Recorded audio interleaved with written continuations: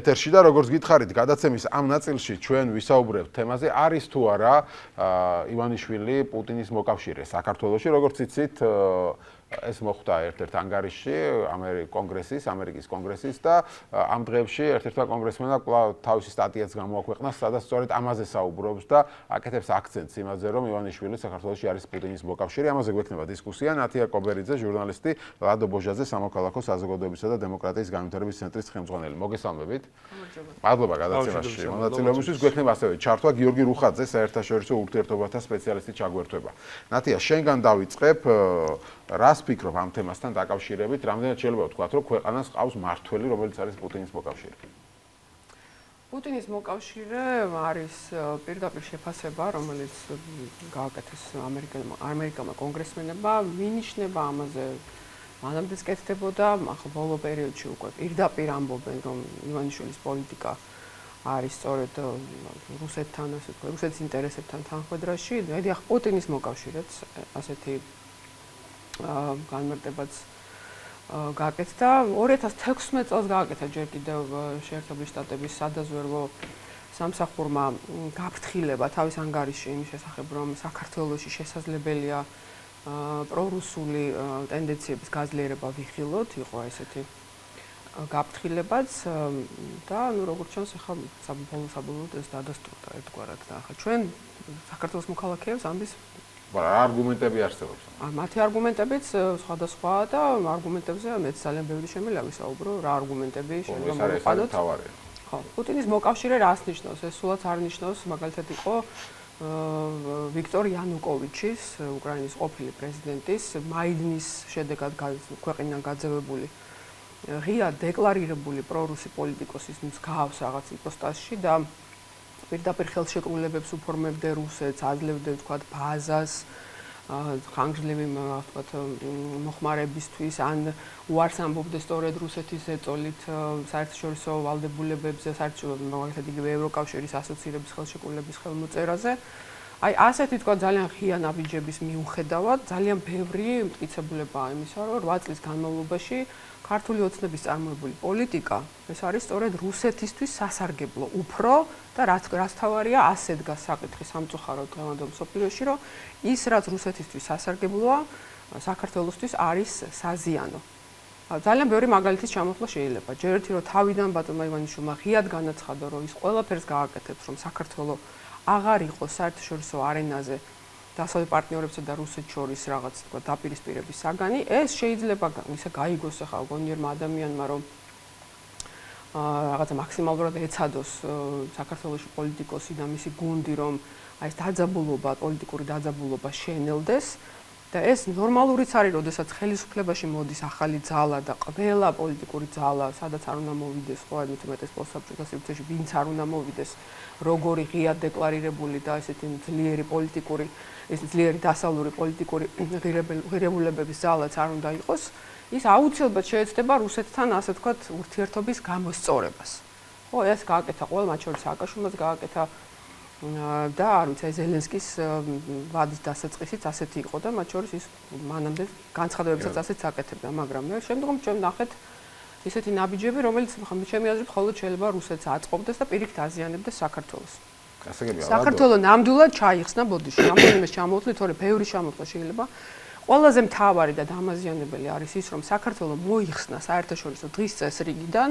ჩვენ კარგად ვიცით ეს როგორ კეთდება, ხო? იმისთვის რომ საქართველოსნაირი პატარა ქვეყანათან ამდენი პრობლემი დარჩეს საერთაშორისო დღის წესრიგში, ვიცით ჩვენი პრობლემაა ეს არის რუსეთი, რუსული ოკუპაცია. ამისათვის არის ძალიან დიდი ძალისხმევა საჭირო ხელისუფლების მხრიდან, მისი დიპლომატიური სამსახურის მხრიდან. ჩვენ ძალიან კარგად ვხედავთ, რომ საერთოდ 100%-ით მოხსნილია საქართველოს საკითხი საერთაშორისო ასპარეზიდან. კიდე ბევრი მაგალითის ჩამოთვლა შემიძლია თუ გნებთ. კი ბატონო, მოდით, ჩვენ ლადოს მოვუსმინოთ, შემდეგ გიორგის ჩართვა გვექნება და მე რედაგი. კი. ქალბატონი ბევრი ახსენდა და ერთიც ვერ დაასახელა რეალურად. ხო, მე პირიქით მგონია ის, რასაც ქალბატონი ნათია საუბრობს და რასაც ჩვენ ფრონტერას მეგობარი სენატორებისგან თუ კონგრესმენებისგან თუ მე აქ სხვა პოლიტიკური ძალების გახმოვანებული და თარგმნილი განცხადებებიდან გვესმის ის უფრო არის პრორუსული ნარატივი საუბარი იმაზე რომ საქართველოს თურმე გამხრალია საერთაშორისო არენიდან და თან 100%-ით ხო სულ ბოლოს პრეზიდენტი პოლონეთის როცა ბრძანდებოდა ამერიკაში გახსოვთ თქვენ ორი განცხადება გააკეთა ორჯერ ახსენა უკრაინა და საქართველო ხო და ამით დაასრულა ასე თქვა თავისი საპრეზიდენტო კანდიდატი დღე თუ გასულა ერთი რომ ევროპარლამენტარებს, სახელმწიფოს მეთაურებს, არ ეხსენებინო საქართველოს ოკუპაცია, აქაურ ელჩებს, შეკავების და არაღიარების პროცესი, რომელიც ძალიან აქტიურად მიმდინარეობს, რომელი თემა შეიძლება დავასახელოთ, მართლა მეკუს თუ რუსეთის ინტერესები არის და მართლა გჯერათ ვინმეს ის რაც იმ 13 კონგრესმა დაწერა და მე შვიდმა თქვა რომ ჩვენ არც ვიცით ჩინით რა ეწერა და იქ ფრაზა იქ როგორ მოხდა უკვე მოვისმინეთ. ახლა ალბათ ეს კონგრესმენი იტყვის მე არ დამიწერია, სხვამ დაწერა ჩემ ახლობელმა და ასე შემდეგ, ხო? რეალურად სახელმწიფო რომელმაც კონსტიტუციაში ჩაწერა და ვალდებულება დააკისრა სახელმწიფო ინსტიტუციებს რომ ყველაფერი გააკეთონ იმისათვის რომ გავხდეთ ევროკავშირის და ნატოს წევრები ხელისუფლებამ რომელმაც ხელი მოაწერა ევროკავშირთან ასოცირების ხელშეკრულებას აგერ ქონდა რამოდენიმე დღის წინ 6 წლის იუბილე მიიღო უვიზო რეჟიმი თავისუფალი ვაჭრობა ამერიკის ელჩი გამოდის და ამბობს რომ ასეთი მაღალი დონის ურთიერთობა საქართველოს და ამერიკას შორის აკופილა ბოლო 30 წლის განმავლობაში. სამხედრო, დიპლომატიური, ფინანსური, სხვა თვალსაზრისით. გერმანიის ელჩი, საფრანგეთის ელჩი, გერმანიის კანცლერი, პრეზიდენტი, პრემიერ-მინისტრი, მეფე, დედოფალი, მეტი რა გავაკეთოთ? ეს მითი რომ რაში გამოიხატება პროფესორად? თან ლაპარაკობს რომელი ხელისუფლება იცით? ვინც რუსეთს 20% ჩააბარა და მთელი ეკონომიკა. ვიდრე გადავარდნ როგორ ხელისუფლებაზე ნათია თუ შეიძლება. მოდი გიორგის მოусმენთ. იმიტომ გიორგის ეჩქარება სხვა ეთერში როგორც ვიცი. ჩავხტოთ გიორგი და შემდეგ გადმოვალ თქვენთან. გიორგი რუხაძე არის ხაზზე, ის Skype-ით გვერდება. გიორგი გამარჯობა. მოგესალმებით. ესალმები ტელემაყ. შენ თუ ეთახმები ამერიკელი კონგრესმენის განცხადებას, რომ ივანიშვილი არის პუტინის მოკავშირე? იცი რა ნაწილობრივ ეთანხმები იქიდან გამომდინარე რომ ის ნაბიჯები რომელსაც დგამს ქართული ოცნება ამით ხშირ შემთხვევაში ხეირობს პუტინის რეჟიმი ეს ხდება მიზანმიმართულად თუ უბრალოდ დამთხევა ინტერესების ეს ხდება იმიტომ რომ რაღაცას წესიერად ვერ აკეთებენ თუ განგება აკეთებენ ამას ჩემთვის მნიშვნელობა არ აქვს ანუ თქვენ თუ იმაზე საუბრობთ ან ბოლოს გამოქვეყნებულ ასე ვთქვათ ბლოგზე თუ სტატიაზე სადაც კი ბატონო კონგრესმენი საუბრობს იმაზე რომ ივანიშვილი ასე ვთქვათ კოლაბორაციაშია შესული რუსეთთან, ირანთან და ჩინეთთან ამერიკული ბიზნეს ინტერესების საწინააღმდეგოდ და ეს ყველაფერი ანგრევს საქართველოს დემოკრატიას და ზოგადად საქართველოს მეტი დახმარება ჭირდება ვაშინგტონის მხრიდან იმისთვის, რომ უფრო დემოკრატიული ქვეყანა გახდეს და უკეთესად დაიცვას თავი პუტინის რეჟიმისგან, დიახ, ამას ვეთანხმები, რომ ნამდვილად ასეა და ჭირდება საქართველოს მეტი დახმარება და საქართველოს ხელისუფლება ამას ვერ აკეთებს ისე, როგორც უნდა აკეთებდეს. ხო, თუმცა აქ საბოლოო ჯამში როცა საუბრობთ, რომ ივანიშვილი არის პუტინის მოკავშირე, საუბარია იმის შესახებ და ამას საქართველოში ოპოზიციაც და ბევრი ექსპერტიც იგებს ასე, რომ ივანიშვილი უბრალოდ თამაშობს პროდასავლელ პოლიტიკოს, დეკლარირებული არის, რომ ის არის პროდასავლელ პოლიტიკოს, მაგრამ სინამდვილეში რუსეთის საქმეს აკეთებს. ასე შეგვიძლია თუ არა შევხედოთ ამას? კი, აი მეც მასე შევხედავდი, ეხლა მე შორს ვარ იმ აზრისგან, რომ ეხლა ვლადიმირ პუტინი იღებს ტელეფონს და ბიძინა ივანიშვილს დავალებებს აძლევს და შესაბამისად მე ბიძინა ივანიშვილიც მოქმედებს აი ამ დავალებების მიხედვით. ეხლა ეს აი ამნაირ კავშირს გამოვრიცხავ ნამდვილად, მაგრამ თუ იმაზე ვიმსჯელებთ, რომ საქართველოს რა გაანახორციელა გასული 8 წლის განმავლობაში იმისთვის, რომ ნაკლებად დამოკიდებული ყოფილიყო რუსეთზე, იმისთვის, რომ რუსეთისთვის პრობლემები შეექმნა საერთაშორისო ასპარეზზე იმისთვის რომ საქართველოს ასე ვთქვათ დასავლური დღის წესრიგი სერიოზულად წინ წაეწია იმისთვის რომ სანამ ბოლომდე არ აიძულეს რომ გადაედგა ნაბიჯები საარჩევნო სისტემის ცვლილებისთვის საკუთარი ნებით მაქსიმალურად შეეცადა რომ ეს არ გაეკეთებინა და ასე შემდეგ აი ანუ რას ვამბობთ რომ შეგნებულად არ აკეთებს რუსეთის საქმეს და შეუგდებლად ასე გამოსდის ამაზე ვსაუბრობ საარჩევნო სისტემა საგარეო პოლიტიკას არ აკავშირებს არ ვიცი მე არ ვიცი ეს შეგნებულად არ თუ შეუგნებლად არც აქვს შემცავს მნიშვნელობა ჩემთვის როგორც მოქალაქისთვის მნიშვნელობა აქვს შედეგს და შედეგი ის არის რომ შევადარო 8 წლის წინ ბევრად ნაკლებად დამოკიდებული ვიყავით რუსეთზე დღეს მეტად ვართ დამოკიდებული ბევრი ან მე ვერ დავინახე განხორციელებული რეფორმები მაგალითად რითაც საქართველოს უნდა დაახლოვებოდა სერიოზულად დასავლეთს მე ვერ დავინახე საერთაშორისო ასპარეზზე გაწეული წინააღმდეგობა რუსეთის მიმართ და ამ ხრივ სერიოზულად მოშვებულია ყველაფერი. მაშინ თუ ივანიშვილი პირდაპირ პუტინი არ აძლევს დავალებას გიორგი, მაშინ ივანიშვილს რა ინტერესი აქვს რომ ეს გააკეთოს? აქ მხოლოდ შეგვიძლია ვივარაუდოთ, ხო, ჩემი პირადი ვარაუდი შემიძლია გითხრათ აქ მხოლოდ ამ შემთხვევაში. ივანიშვილს აქვს ერთი კონკრეტული ამოცანა, ჩემი აზრით. მას უნდა რომ შეინარჩუნოს საკუთარი უსაფრთხოება და საკუთარი ასე ვთქვათ, აქტივები და ეს ქვეყანა იყოს მისი ქვეყანა, მისი სივრცე. აი როგორც ახლა გადაადგილებს, ხო, მაგალითად ხეებს ერთი ადგილიდან მეორეზე აძლევს იპოდრომს ერთი კომპანიიდან მეორე კომპანიას და ანუ თუ რუსეთისკენ წაიყვანს ქვეყანას უფრო შეინარჩუნებს? დავასრულებინეთ. ანუ თუ საქართველოს ვერ შედგება როგორც ძლიერი დემოკრატიული სახელმწიფო, სადაც მოქალაქეები არ არიან დამოკიდებული ხელისუფლებაზე და მათ მეტი მოეკითხებათ, მათ მეტი საშუალება აქვთ, რომ აირჩიონ ის და ისე, როგორც მათ უნდათ, თუ იქნება ძლიერი საშუალო კლასი ამ ქვეყანაში, მაშინ აი ასე ქვეყნის მართვა იქნება ძალიან ძნელი. თუ საქართველოს ბოლომდე შეასრულებს ევროპული, ასე ვთქვათ, მითითებებს, საქართველოს ბოლომდე დაუახლოვდება ევროკავშირს და გახდება ევროპული ტიპის სახელმწიფო, სადაც ინსტიტუტები იქნება თავისუფალი და არა ერთ ადამიანზე დამოკიდებული, მაშინ ბიძინა ივანიშვილს აი ამ ფორმით, რა ფორმითაც ის დღეს ქვეყანას მართავს და ქვეყანა ჯიბეში უდევს, ხო, აი ასე ვეღარ გააკეთებს და შესაბამისად რუსეთის ინტერესიც ეს არის. აი ხა მე რაც ჩამოვთვალე, რუსეთის ინტერესია, რომ ეს ყველაფერი არ მოხდეს საქართველოში.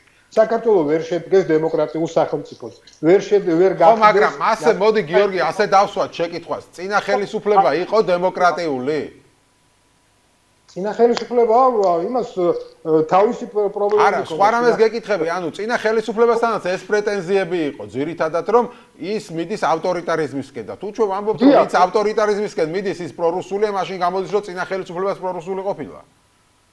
არა, ესე მარტივად არ არის, რა ქვია, მე არ მგონია რომ წინა ხელისუფლება პრორუსული იყო. მე მიმაჩნია რომ წინა ხელისუფლებას ჰქონდა ავტორიტარული ტენდენციები, მაგრამ იქ არაფორმალურ მმართველობაზე საუბარი არ ყოფილა. ანუ განსხვავება, მთავარი განსხვავება წინა ხელისუფლება და სადა ამ ხელისუფლებას შორის ის არის, რომ წინა ხელისუფლების შემთხვევაში მათ ჰქონდათ ხედვა სერიოზული რეფორმები განახორციელეს იმისთვის, რომ საქართველოს ადგილიდან დაეძრათ, დაუშვეს სერიოზული შეცდომები, შეიძლება დანაშაულებით და ეს უკვე სასამართლოს საქმეა, მაგრამ არც ერთხელ ვიღაცა, ასე ვთქვათ, შუშის სასახლიდან თუ საიდანღაც, რომელსაც თანამდებობა არ ჰქონდა, რომელსაც უბრალოდ ფული ჰქონდა და ამ ყველაფერს მართავდა, ესეთი რამე არ ყოფილა. საქართველოს მთავარი პრობლემა ეხა არის ის, რომ ეხლა საქართველოს ხდება ანუ საბოლოო ჯამში არაფორმალური მმართველობა უფრო პრობლემაა ვიდრე ავტორიტარიზმი, ამას ვსაუბრობ. არა, ესე პირდაპირ ვერ შევადარებთ, ანუ ჩვენ ეხლა საქმე გვაქვს ავტორიტარიზმის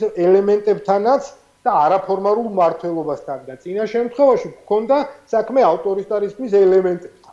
ამაზე არის საუბარი. მაგრამ მე უფრო ფართო სურათი დაგანახეთ. თქვენ ცდილობთ რომ ეს ყველაფერი დაიყვანოთ რაღაც ელემენტარულ არითმეტიკულ ტოლობაზე. არა, აქ საუბარი რაზე არის, რომ თავარი არგუმენტი რაც სახელდება, რომ ეს ხელისუფლება რატო არის პრორუსული, იმიტომ რომ არ ატარებს დემოკრატიულ რეფორმებსო და არადემოკრატიული ქვეყანა აწყობს რუსეთსო და მასე დემოკრატიულ რეფორმებს არ ატარებდა არც წინა ხელისუფლება და ამ ლოგიკით გამოვიდა, რომ ისინიც პრორუსულები არიან. ამაზე ვსაუბრობ. არა მხოლოდ, ანუ ეს ერთი პლასტია ნამდვილად, როდესაც საქართველოს არ ვითარდება იმ მიმართულებით და არ მიდის იმ მიმართულებით, დემოკრატიული მიმართულებით, ევროპული მიმართულებით, დიახ, ეს აწყობს რუსეთს. და წინა ხელისუფლების შემთხვევაში, რაც უფრო ავტორიტარული ხდებოდა წინა ხელისუფლება, მით უფრო აწყობდა ეს რუსეთს. ორი აზრი აქ არ არსებობს. მაგრამ ეს არ არის ერთადერთი კომპონენტი, ეს არის ერთ-ერთი კომპონენტი. მე გეუბნებით რუსეთზე დამოკიდებულებაზე. ანუ დღეს საქართველოს ეკონომიკა გინდგნებავთ ღვინის ინდუსტრია, გინდგნებავთ ტურიზმის ინდუსტრია, ნაკლებად არის დამოკიდებული რუსეთზე, ვიდრე იყო მაგალითად წინა ხელისუფლების დროს, არა, მეტად არის დამოკიდებული. ამ ხელისუფლების განმავლობაში რა ხელშესახები რეფორმები გაკეთდა ისეთი, რომელიც მაგალითად რომლითაც ქართულ ოცნებას თავი შეუძლია მოიწონოს. რითი დაუახლოვდა საქართველოს. მაგალითად აქ დაასახელებდა ოცნება ასოცირების ხელშეკრულებას, ვიზა ლიბერალიზაციას და ასე შემდეგ და ასე შემდეგ. დიახ, მაგრამ ეს არ არის ქართული ოცნების დამსახურება, ეს არის ნაციონალური მოძრაობის დამსახურება და ქართულმა ოცნებამ მიიყვანა ეს ყველაფერი ბოლომდე. შეგვიძლია თანაბრად გავუყოთ ეს, ასე ვთქვათ, კრედიტი ორივე ხელისუფლებას. მე არ მგონია, რომ სწორი იყოს, რომ ეს საქართველოს ოცნების ხელისუფლებას მივაწეროთ. ისევე როგორც მარტო ნაციონალური მოძრაობის ხელისუფლებას მივაწეროთ. ანუ ეს ორივე ხელისუფლების დამსახურებაა და ის რომ ქართულმა ოცნებამ დაიჩემოს რომ ვიზა ლიბერალიზაცია ან ევროკავშირთან ასოცირების ხელშეკრულების ხელმოწერა მათი დამსახურებაა, ეს ასე არ არის. და ეს ყველაფერი დაიწყო და ფუნდამენტი ჩაედო ამ ყველაფერს წინა ხელისუფლების პირობებში. ამ ხელისუფლების პირობებში დაასრულა. მე გეკითხებით, ამ ხელისუფლების პირობებში რა ფუნდამენტი ჩაიდო, რომელიც შეხვალდაზე დასრულდება. კი ბატონო, თუ დრო გაქვს, გიორგი, ცოტა ხანი მოდი ლადოს მოусმენთ მაშინ ამ შეკითხვაზე პასუხს მოусმინოთ ლადოს. თუ არა გაქვს, დაგემშვიდობები, რავი, როგორც მეტყვი. რა, ანუ მართლა შეზღუდული დრო მაქვს, იქიდან გამომდინარე, ბატონ ლადოსთან საუბარი სასიამოვნოა, ბუნებრივია, მაგრამ ტელეპირველზე ანუ შემდგომი ელოდება ასე რომ უჩემოდ მოუწევს ბატონ ლადოს თავისი არგუმენტების. დაგემშვიდობები მაშინ, მადლობა გიორგი რუხაძე. გიორგი რუხაძე იყო Skype-ით გვერდთვებოდა ჩვენთან სტუდიაში სტუმრად არიან ნათია კობერიძე, ჟურნალისტი, ლადო ბოჟაძე, სამოქალაქო საზოგადოებისა და დემოკრატიული განვითარების ცენტრის ხელმძღვანელი. ნათია, შენი გინდოდათ, ვიდრე ჩართვას დავიწყებით, არგუმენტები გეთქვა, თუ რატო არის ეს ხელისუფლება პრორუსული და გისი. ავი, აგერ ჩამოწერე ხო და შემიძლია ძალიან ბევრი ვილაპარაკო. პრორუსულობაზე არ შეიძლება მალაპარაკი თქვა მარტო ეს არ ეხება მარტო საგარეო პოლიტიკას, საშინაო პოლიტიკასაც ხარ როდესაც ლაპარაკი იყო ეს საშინაო პოლიტიკა რატო განსაზღვრავს პრორუსულობას. საშინაო პოლიტიკა განსაზღვრავს იმიტომ რომ როდესაც ქვეყანა არ ვითარდება დასავლური პრინციპებით, ეს ნიშნავს ანუ როდესაც არ ტარდება რეფორმები, მათ შორის სუსტდება, ზიანდება ინსტიტუტები და ჩვენ ამის მოწმეც ვართ. ეს ყველაფერი არის ბატონო რომელი ინსტიტუტი დაზიანდა?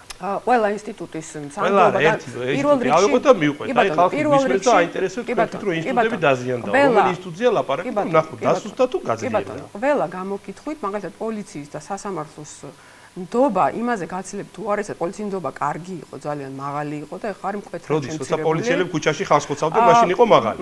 ახლა არის დაბალი. პარალელურ რეჟიმში ვერ ვილაპარაკებ, როდის თუ შეიძლება თქვენ მე როცა დავასრულე, მე თქვენ ბრძანეთ თუ შეიძლება. კი ბატონო, პოლიციის ნდობა ამ ქვეყანაში იყო ძალიან მაღალი. ეს იყო ძალიან მნიშვნელოვანი, იმიტომ რომ ეს იყო ძალიან მნიშვნელოვანი, იყო ძალიან მაღალი პოლიციის ნდობა, იმიტომ რომ ამ ქვეყანაში პოლიციის ნდობა აშენდა იმ ფონზე, როდესაც ეს ქვეყანა იყო ღრმად კრიმინალური. კონტროლის ნდობა იყო. არ აქვს მნიშვნელობა ზოგადად ამ ინსტიტუტს, სამართალდამცავი ინსტიტუტის მიუხედავად იმ პრობლემებისა, რაც ჩვენ გამოვიარეთ და ყველას აღიარებული აქვს და ამას არავინ არ უარყოფს, მათ შორის კარგია რომ არ უარყოფს ყოფილი ხელისუფლების წარმომადგენლები, რომლებიც ახარჩევიან პოლიტიკაში. მიუხედავად ამისა, ანუ ისეთ ქვეყანაში, სადაც ძალიან უმძიმესი კრიმინოგენული მდგომარეობა იყო და ქვეყანას მართავდნენ ქურდები, უცებ მოხერხდა რომ ჯერ ერთი კრიმინალი ალაგდა და მეორეც ერთი ძალა, რომელმაც ტექნიკურად ეს გააკეთა, უცებ მისი ნდობა აღმოჩნდა რომ მთელი ამ 9 წლის განმავლობაში იყო ძალიან მაღალი და ეს ნდობა ძალიან შემცირდა. იგივე სასამართლო, რომელიც ჩვენ გვინდოდა რომ ყოფილიყო კარგი, გახდა გაცილებით უარესი. ანუ იყო ცუდი და გახდა უფრო ცუდი. გარდა ამისა, მაგალითად, როდესაც ლაპარაკი არის, მე მაგ ესეთი სტატისტიკა ერთ-ერთ ჩემ სტატიაში მაგ ესეთი არგუმენტირებულად და დასაბუთებული, რატო იყო შეიძლება ვთქვათ, იგივე ვთქვათ, ბატონი პოროშენკოც კი, რომელიც აშკარად პროდასავლური ლიდერი იყო და რუსეთთან დაპირისპირებაზე იყო აგებული მთელი მისი პოლიტიკა უკრაინაში, პოროშენკოც კი შეიძლება მივიჩნიოთ პრორუსულად, როდესაც მან ძვრა ვერ უყო, არამედ პირიქით გააძლიერა კორუფცია უკრაინაში. კორუფცია არის ძალიან მნიშვნელოვანი. არა, ერთი წუთი ბევრი პრობლემა ჩამოვთვლი. თუნებას მომცემთ, მე ჩამოვთვლი, მათ შორის საგარეოსაც.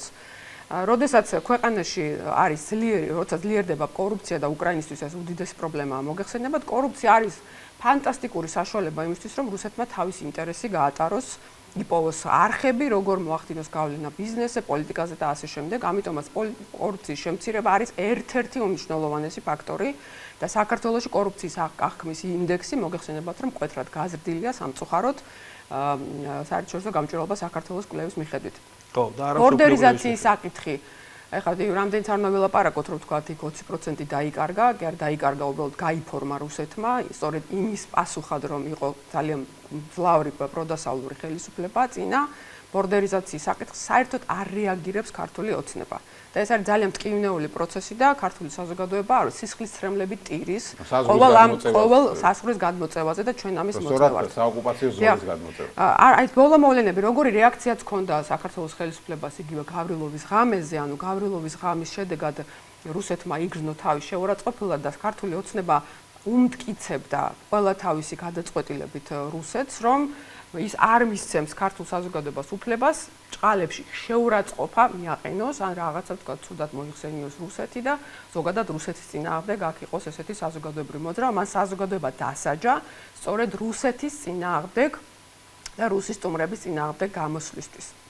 სავაჭრო ბალანსი არის მკვეთრად შესვლილი და სავაჭრო ბალანსის ცვლილება, როდესაც რუსეთი კვლავ გახდა ნომერ პირველი სავაჭრო პარტნიორი ჩვენი ქვეყნისთვის, ეს არის დამღუპველი.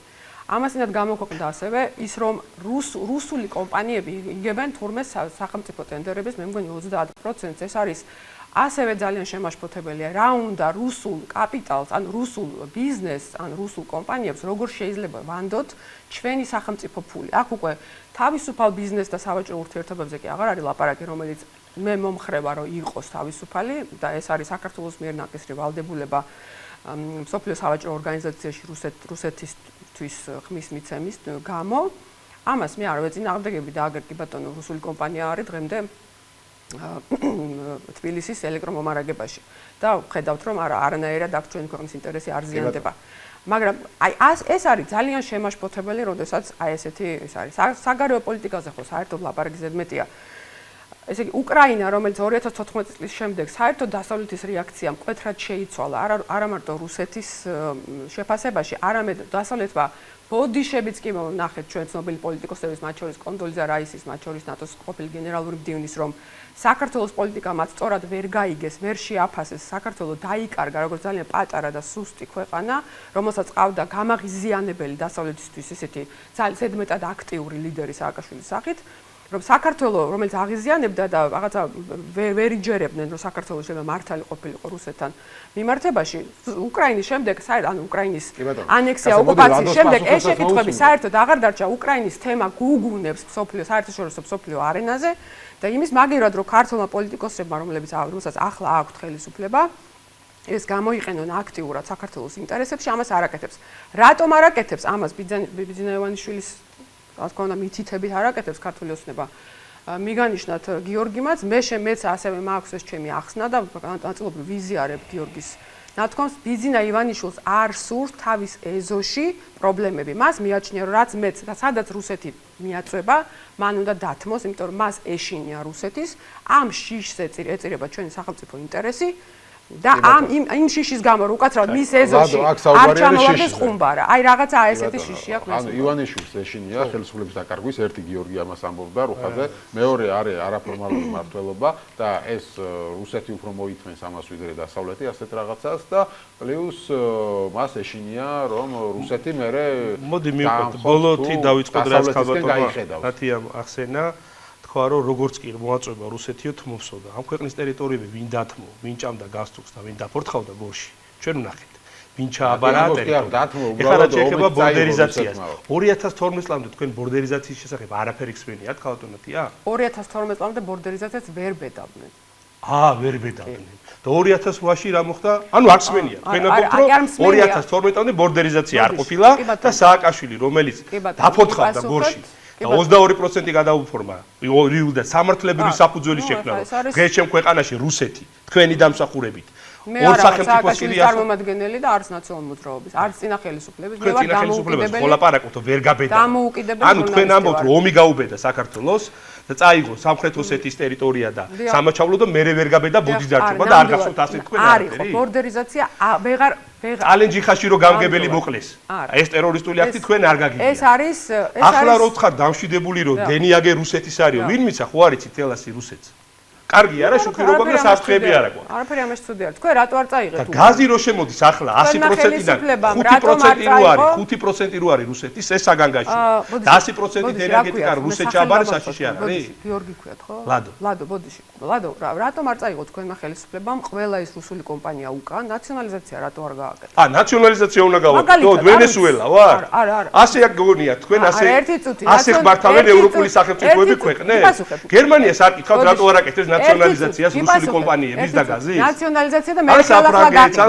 რატო არ გაყიდა დასავლურ კომპანიებზე ხელახლა? და ნაციონალურ მოძრაობამ მართლა ნაციონალიზაციას რო აკეთებდი და ესე ხელის გაკაცუნებაზე ქურდა დროგეჯაც სააკაშვილი ხანვის ბიზნესი ფორმებდა და ხანვისას ასე უნდა გააკეთებდი. მართლა თქვენ წარმოგიდგენიათ თუ დემოკრატიულმა სახელმწიფომ ნაციონალიზაცია გააკეთოს? მართლა გეკითხები. ბოდიში. ერთი წუთი. გასადეს რო ყიდით, ეხლა რო გადაფარებული ხარ და გასტროლ ტარიფებში ვეღარ ერკვევით რამდენია. მომართავთ ისე თითქოს მე ვიყავი წინა ხელისუფლებაში. არ ვიყავი. მე ვილაპარაკე ახლანდელ ხელისუფლებაზე. ხო, ვაფასებთ საკითხებს. დიახ, მე ვილაპარაკე იმანიშვილის წინააღმდეგ არგუმენტებზე. კი, ხო და ეს არგუმენტები არ გელაპარაკებით? ეხლა რუსული პრესიდან პირდაპირ გადმოტანილი ნარატივი, რომელიც 8 წელია უკვე გვესმის, უკვე აღარავის აღარ ჯერა თქვენ მომხრეებს აღარ ჭერთ ეხლა. რომელი ნარატივი? მართლა მაინტერესებს. სააკაშვილი და რაღაც 2008 წელს აჩუქამი. რუსული ნარატივია სააკაშვილი გორში ფოთქავდა და ჯარისკაცები რომ მიატყუა და მშვიდობიანი მოსახლეობა მეტიკავს ხერფლი ვიდრე ჯარისკაცი და პოლიციელი. რუსული ნარატივია? რუსული პროპაგანდაა. ანუ მშვიდობიანი მოსახლეობა ჩვენ არ დაგხოცია, ჯანმრთელები არიან, ცოცხლები არიან ჩვენი ბიჭები? არა, დაგვეხოცია, იმიტომ რომ ეს იყო ომი. დიახ. რომელში თავარსარდალი ფორთხავდა და ჯარი მიატოვა.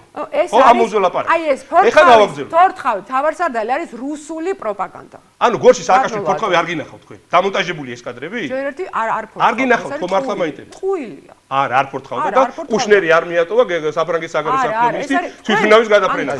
არ გინახავთ. ლადო, ხო არ არის ჩვენი განხილვის. კი. ხო და მიყვეთ, ნახეთ როგორ არის. ასე ხო, ყველაფერს ნახეთ როგორ არის. მთელი მსოფლიო ებძვის ფეიქ ნიუსებს და ყალბ ამბებს, ხო? რუსეთის ნარატივი რა არის? გუშინ ამერიკის საზღვარგარეთ ბრძანა, რომ არ არის გამორიცხულიო, ამ წუთში მე ფაქტებზე ვერ ვისაუბრებ, მაგრამ რუსეთი იყოს დაინტერესებული ჩაერიოს საარჩევნო პროცესებში ქვეყანაში. როგორ უნდა ჩაერიოს რუსეთი? გამორჩეველია და ბიულეტენი ჩააგდებს ყუთში? არა. ილაპარაკოს იმაზე, რომ ეს ხელისუფლება არის თუნდაც პრორუსული. ხო? არც ევროკავშირის თან ასოცირების ხელშეყრილობა ყოფილა არაფერი, არც 15 სახელმწიფოში მოხვედრა, რომელსაც ევროკავშირმა გაუგო, ესე იგი, ის რომ 9 მილიონი მოგცავს სოფლიო ბანკმა, ევროკავშირმა, EBRD-მა, ესე იგი, ამ ყველაფერს მთელი ევროპა არის თვალები დაბნელებული აქვს, ვერ არჩევენ პროდასავლურ სახელმწიფოს, პრორუსული სახელმწიფოსგან, მარტო ქალბატონი ნათია ხედავს და რამოდენიმე ნაციონალი და ორი კონგრესმენი ამერიკაში. კონგრესმენებთან ურთიერთობები რო გაგვდა, ტვიტერით რო უგზავნით ჯორიკა რურუა სახელებს და გვარის. აი პრობლემები გაუგზავნით, ბორდერიზაციის და სხვა საკითხები. რატო არ უგზავნით? დოკუმენტს რო წაიკითხავ და ბოლოში რაც გინდათ, იმას ვაკითხულობთ მარტო. მანამდე იმ დოკუმენტში რა ეწერა? პომპეოს მოგაცხადე, ხო არ მოგისმენიათ გუში. თუ ეგ 100% საქართველოს გამხრალი რო არის, იმ ნაწილიდან არის. ხო არ გაგიგონიათ რამე? არ მოგისმენიათ, არა? საინტერესო. მე თქვენ არ გელაპარაკებოდით საერთოდ. ეხლა მიყვეთ. კი, არა, მე წყარ თქვენ არ გელაპარაკებით, ამორჩეულს ველაპარაკები და მაყურებელს სულაც თქვენი არგუმენტები მოისმინა. ეხლა მიყვეთ. რამდენად იყო დამოკიდებული ბიზნესის და სააკაშვილის დროს რუსეთსეო? 0-ზე. იცი რატო? რომ გვედო ემბარგო.